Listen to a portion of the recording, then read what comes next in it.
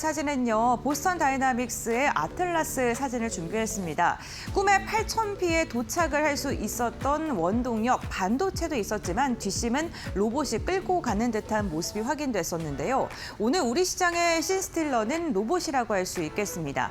지금 지수의 분위기가 다소 아쉽긴 합니다만 이러한 급락 후에는 또다시 재반등의 기회가 있겠죠. 이럴 때 우리가 로봇을 좀 지켜봐야 된다라는 증권가의 분석이 더해지고 있는 듯한 모습입니다. 코스피 그동안 참 많이 올랐습니다. 가파르게 상승을 좀 했고요. 그리고 6,000P 그리고 7,000P, 8,000P가 돌파하면서 시가총액 안에 있는 기업들, 상위권에 있는 기업들의 지형 변화도 함께 찾아왔었는데요. 2월 달에 보면은 반도체 관련된 기업들은 여전히 7,000P와 8,000P가 될 때 동안 투톱의 자리는 무너지지 않고 공고하게 지켜주는 움직임이 나타났습니다만 3위부터 10위 안에는 여러 가지의 변화가 있었습니다. 그동안 우리 시장을 강력하게 이끌었었던 2차 전지 그리고 원전이라던가 바이오 이러한 기업들의 움직임이 좀 변화가 나타났다는 게 특징적인데요. SK 하이닉스의 지분을 갖고 있는 스퀘어 지금 보시는 것처럼 시가총액이 크게 상승한 모습이 나타나고 있고요. 그리고 삼성전자 우선주 역시나 힘내주는 모습이 나타나고 있습니다. 여기서 특이했던 건 7,000P에 돌파했을 때 지금 두산 에너빌리티라던가 한화 에어로스페이스와 같이 그리고 삼성 바이오로직스 와 같이 방산이라던가 바이오 관련된 기업들이 움직임이 나타났었는데요. 바이오 관련된 기업은 지금 이 10위권 안에서 벗어난 듯한 모습 나타나고 있고요. 이와 함께 방산 기업들도 이제는 10위권에서 모습을 찾기 힘듭니다. 그러면서 새롭게 등장한 그런 종목들을 보게 된다면요. 전력 설비와 관련된 기업들 그리고 기판 관련된 기업들에 대한 기대감 커지면서 삼성전기가 위로 올라온 모습 나타나고 있고요. 로봇 모멘텀 안으면서 현대차 그룹이 지금 상위권에 이름을 포진하고 있다는 점, 삼성물산도 지금 성큼 올라왔는데 삼성전자에 대한 지분 가치 더하기 여기에다가 원전 모멘텀까지 더해지고 있는 듯한 모습입니다. 지금 1위부터 10위 안에 있는 기업들의 움직임을 좀 정리를 해보자면 반도체가 여전히 톱을 차지하고 있는 가운데 로봇 여기에다가 지주사에 대한 밸류 기대감이 더해지면서 이런 기업들이 대거 포진하고 있다는 점을 참고해 보시면 좋겠습니다. 로봇 기업들에 대한 기대감이 점점 더 커지고 있는 듯한 모습입니다. 현대차는요, 오늘 로봇에 대한 기대감 속에 장중에 시가총액 3위를 잠깐 터치하고 내려오는 모습도 나타났습니다. 현대차 그룹은 피지컬 AI 전략을 좀 실질적으로 주도하고 있는 대장주다라는 평가를 받고 있는데요. 역시나 지금 로봇의 분위기가 변화하고 있는 건 이번 달에 발표됐었던 보스턴 다이나믹스의 아틀라스의 움직임 그 영상이 공개가 되면서 시장에서는 로봇이 정말 우리 실생활과 다 가깝게 다가오고 있구나라는 그러한 긍정적인 뷰가 나오고 있는 듯한 모습입니다. 아틀라스 같은 경우에는 사람도 하기 어려운 굉장히 고난도의 자세를 수려하게 하는 듯한 영상이 공개가 되면서 기대감이 커지고 있는데요. 여기에다가 지금 상장에 대한 모멘텀까지 하나가 더 붙으면서 기대감이 커지고 있죠. 이쪽을 보시게 되면 보스턴 다이나믹스의 지배구조를 좀 한눈에 보기 편하게 도식화가 된 그림인데요. 보시는 것처럼 현대차 그룹이 대부분의 지배구조에서 많은 양을 좀 차지하고 있는 것으로 확인되고 있습니다. 그런데 여기에다가 지금 보스턴 다이나믹스를 인수할 때 현대차뿐만 아니라 소프트뱅크의 지분도 일부가 참여가 됐었는데요. 이 소프트뱅크의 풋 옵션 일정 기일이 지금 다음 달로 예정이 되어 있고요. 다음 달이 다가오게 됐을 때 소프트뱅크가 갖고 있는 보스턴 다이나믹스의 지분을 현대차가 사들이거나 아니면 상장을 통해서 돈을 구해야 되는 그러한 일정이 되어 있는 것입니다.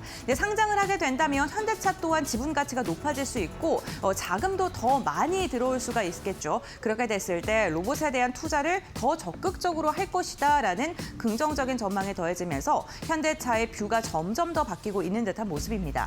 보시는 것처럼 28년에 부품 서열화 작업에 아틀라스를 사용할 것이라는 이야기 나오고 있고요. 30년에는 조립 공정에 투입이 되고 35년에는 하이엔드 휴머노이드를 연간 무려 150만 대를 판매하면서 시장 점유율 10%가량을 차지할 것이다라는 증권가의 분석도 나오고 있습니다.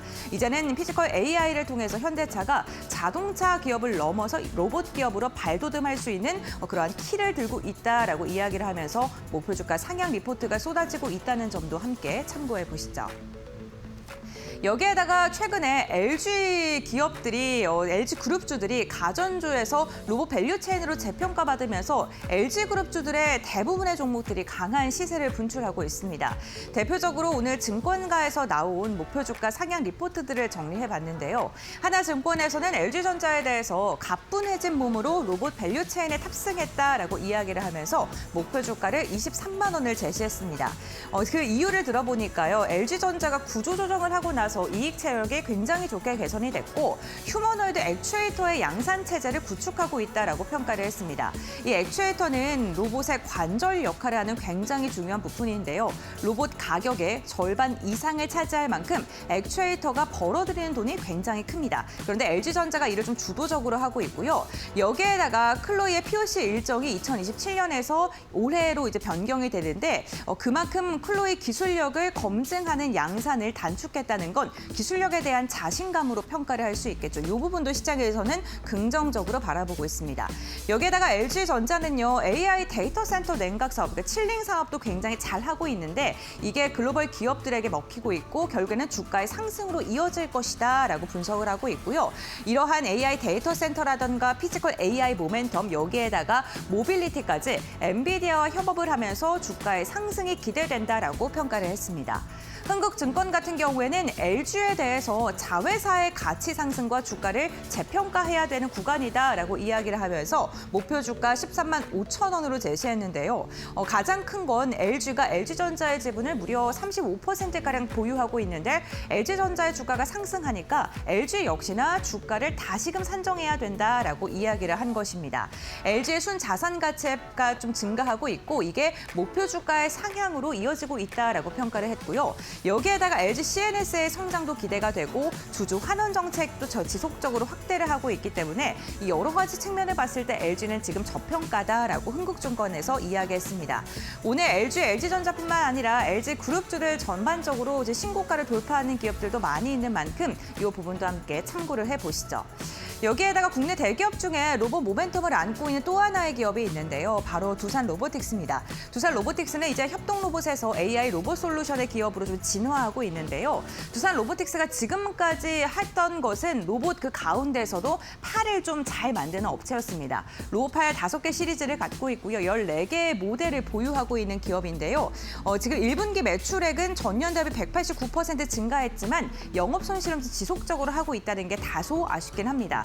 그런데 지금 이 두산 로보틱스가 원 엑시아의 지분을 89%가량 인수하면서 이제는 로봇 솔루션 기업으로 거듭나기 위해 힘을 쏟고 있는데요. 인수 금액은 374억 원으로 원 엑시아는 포장과 적재 공정을 자동화로 전문하는 SI 업체입니다. 보시는 것처럼 이 두산 로보틱스의 로봇이 공장마다 갖고 있는 구조라던가 산업의 틀이 좀 다르지 않습니까? 그거를 맞춤형으로 설계하는 게 원 엑시아의 사업의 목적이라고 보시면 될 것 같고요.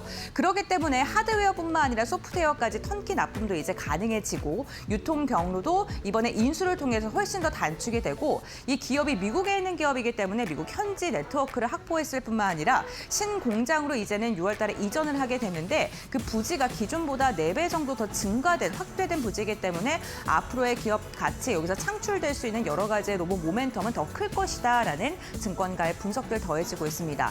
공장 효율화에 최적화된 기업을 인수하고 있고 지속적으로 이 팔을 더 활용하기 위해서 기술 개발을 하고 있다는 점 참고해 보시죠.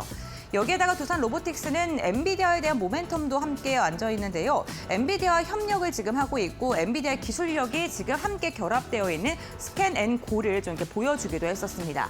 에이전틱 로봇의 OS 기반의 솔루션을 좀 개발을 하고 있는 건데요. 이 로봇 팔이 단순하게 하나의 동작을 반복하는 게 아니라 물건의 위치가 변화했거나 사용자의 컨디션 변화가 되었을 때 이거를 로봇이 인지를 하고 그 적재적소에 맞게 로봇이 행동할 수 있게 구현해주는 그러한 기술력을 엔비디아와 함께 개발을 하고 있는 상황입니다. 결국에는 이렇게 됐을 때 단순히 로봇팔이 단순한 어떠한 하나의 행동만 하는 것이 아니라 정말 똑똑해진 상황을 스스로 인식하고 발전할 수 있는 로봇으로 진화할 수 있다는 걸 시장에서 주목을 하고 있는데요. 그렇기 때문에 27년에는 지능형 로봇에 대한 솔루션을 개발하고 28년에는 산업용 휴머노이드를 공개하겠다라는 자신감을 내비치기도 했습니다.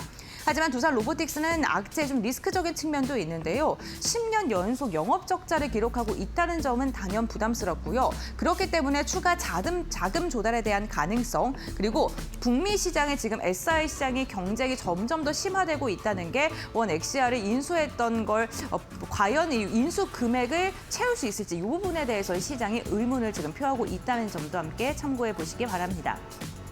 오늘 국내를 대표하는 로봇 관련된 기업들을 좀 정리를 해봤는데요. 피지컬 AI 시대, 단순히 로봇을 하나의 종목으로 보는 것보다는 생태계를 좀 주목을 해보셔야 될 것 같습니다. 로봇이라는 하나의 하드웨어적인 부분을 보는 것보다는 우리가 피지컬 AI 시대를 맞이한 만큼 관절 아니면 레이더, 라이다 여기에다 더해져서 소프트웨어 관련된 기업들까지 하나의 밸류 체인으로 이 생태계를 구성하면서 움직이고 있기 때문에 종목을 선별하실 때 반도체를 바라보시는 것처럼 이 밸류 체인을 전반적으로 꼼꼼히 확인해 보시는 것도 좋겠습니다.